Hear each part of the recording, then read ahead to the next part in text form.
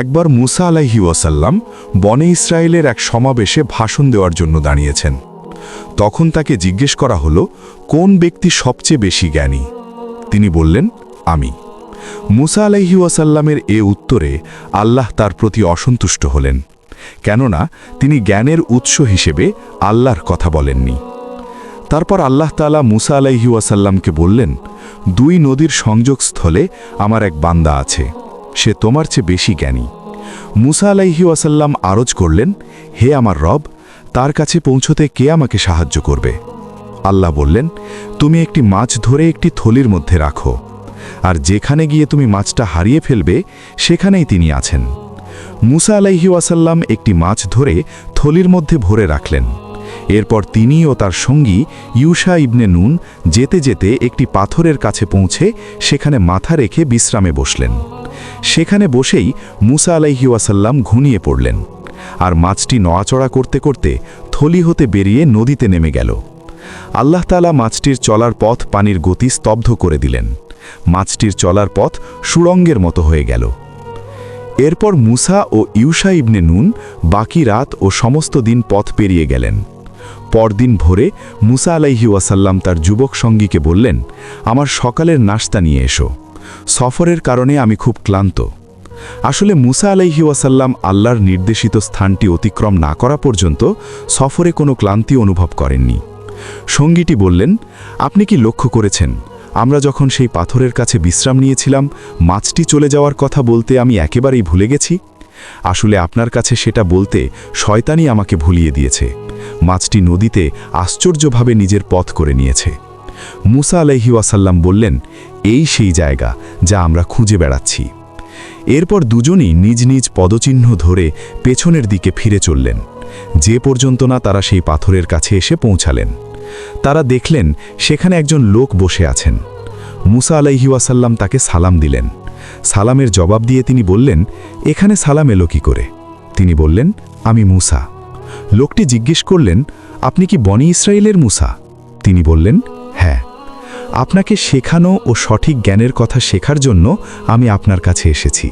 তিনি বললেন, হে মুসা, আল্লাহর দেওয়া ও শেখানো কিছু জ্ঞান আপনার আছে, আমি তা জানি। আল্লাহর দেওয়া ও শেখানো কিছু জ্ঞান আপনারও আছে, আমি তা জানি না। মুসা আলাইহি ওয়াসাল্লাম বললেন, আমি কি আপনার সঙ্গী হতে পারি? খিজির আলাইহি ওয়াসাল্লাম বললেন, আমার সঙ্গে থাকলে আপনি ধৈর্য রাখতে পারবেন না। তাছাড়া যার রহস্য আপনার জানা নেই, সেসব ব্যাপারে আপনি ধৈর্য রাখবেন কি করে? মুসা আলাইহি ওয়াসাল্লাম বললেন, ইনশাআল্লাহ আপনি আমাকে ধৈর্যশীল হিসেবে দেখতে পাবেন। আমি আপনার কোনো আদেশই অমান্য করব না। এরপর তারা দুজনে রওনা হয়ে নদ তীর দিয়ে এগিয়ে চললেন। এমন সময় একটি নৌকা তাদের পাশ দিয়ে যাচ্ছিল। তারা তাদেরও নৌকায় উঠিয়ে নিতে অনুরোধ করলেন। নৌকার লোকেরা খিজির আলাইহি ওয়াসাল্লামকে চিনে ফেললেন। সঙ্গী সহ তাকে পারিশ্রমিক ছাড়াই নৌকায় তুলে নিলেন। তারা নৌকায় ওঠার পর একটি চড়ুই পাখি এসে নৌকার একটি পাশে বসল। পাখিটি দু একবার পানিতে ঠোঁট ডোবাল। খিজির আলাইহিসসালাম বললেন, হে মুসা, এই পাখিটি তার ঠোঁট দিয়ে নদীর পানি যতটুকু কমিয়েছে, আমার আর তোমার জ্ঞান আল্লাহর জ্ঞান থেকে ততটুকুও কমেনি। এরপর খিজির আলাইহিসসালাম হঠাৎ একটি কুঠার নিয়ে এসে নৌকার একটি তক্তা উপড়ে ফেললেন। মুসা আলাইহিসসালাম হঠাৎ দেখতে পেলেন তিনি কুঠার দিয়ে একটি তক্তা উপড়ে ফেলেছেন। তিনি তাকে বললেন, আপনি এ কি করলেন? লোকেরা আমাদের মজুরি ছাড়াই নৌকায় তুলে নিল, আর আপনি ওদের নৌকার যাত্রীদের ডুবিয়ে দেওয়ার জন্য নৌকাটি ফুটো করে দিলেন। এ তো আপনি একটি গুরুতর কাজ করলেন। খিজির আলাইহিসসালাম বললেন, আমি কি বলিনি আপনি আমার সঙ্গে ধৈর্য ধরে রাখতে পারবেন না? মুসা আলাইহিসসালাম বললেন, আমি বিষয়টি ভুলে গিয়েছিলাম, এজন্য আমাকে দোষ দেবেন না, আমার প্রতি কঠোরও হবেন না। মুসা আলাইহিসসালামের পক্ষ থেকে প্রথম এই কথাটি ছিল ভুলক্রমে। এরপর যখন তারা দুজন নদী পার হয়ে এলেন, তারা অন্য বালকদের সঙ্গে ক্রীড়ারত একটি বালকের পাশ দিয়ে গেলেন। খিজির আলাইহিসসালাম তার মাথাটি ধরে নিজ হাত থেকে তার ঘাড় থেকে আলাদা করে ফেললেন। মুসা আলাইহিসসালাম তাকে বললেন, আপনি একটি নিষ্পাপ বালককে বিনা অপরাধে হত্যা করলেন, নিশ্চয়ই আপনি একটা অন্যায় করলেন।